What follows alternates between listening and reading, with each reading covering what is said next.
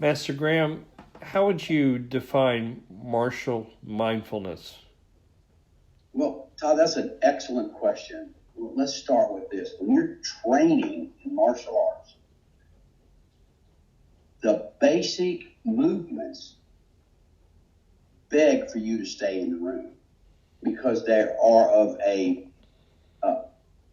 in their own nature, in the nature of the movement, you're talking about self-protection.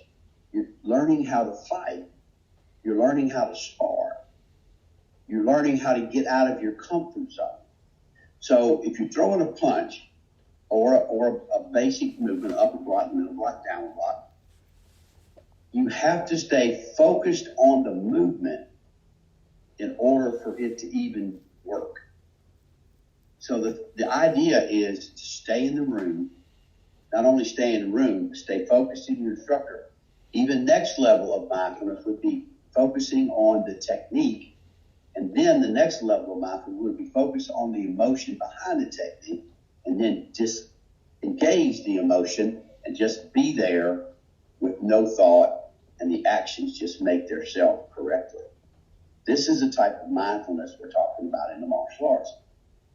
But let me say again, in case people don't, because I talked kind of quick there. You first must be in a class and you're aware of your other students. You're aware of what they're doing. You're aware of the teacher. So you have to focus on the teacher because he's telling you what to do. That's number one, right? So you have to do that. Number two, you have to focus on the correctness of the technique. Number three, the teacher said, put emotion behind it, do it with power. So you use physical power and then you find yourself using emotional power, right?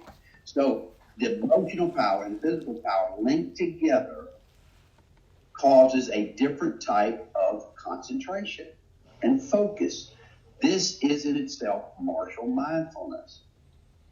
And I challenge anybody, and I really do, because I've been not blessed, but I've had situations in my life where I've sparred, and I didn't think about dinner.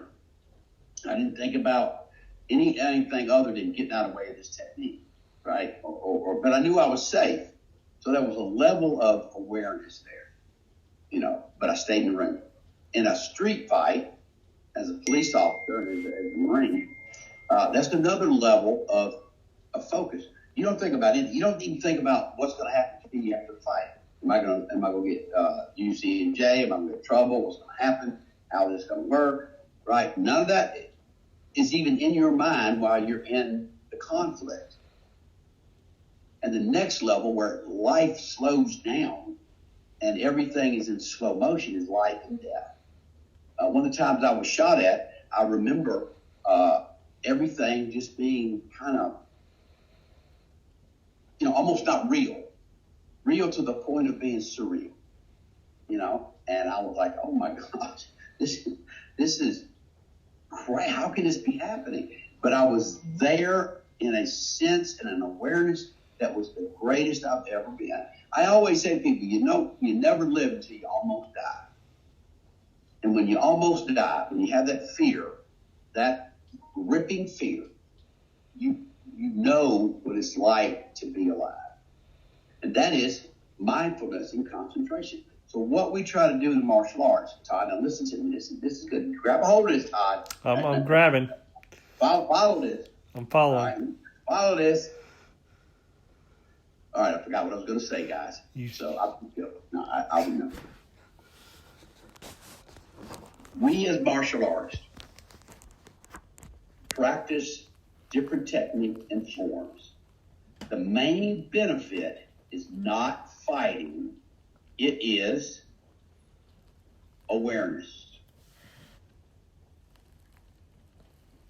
It is awareness. And thank y'all for listening.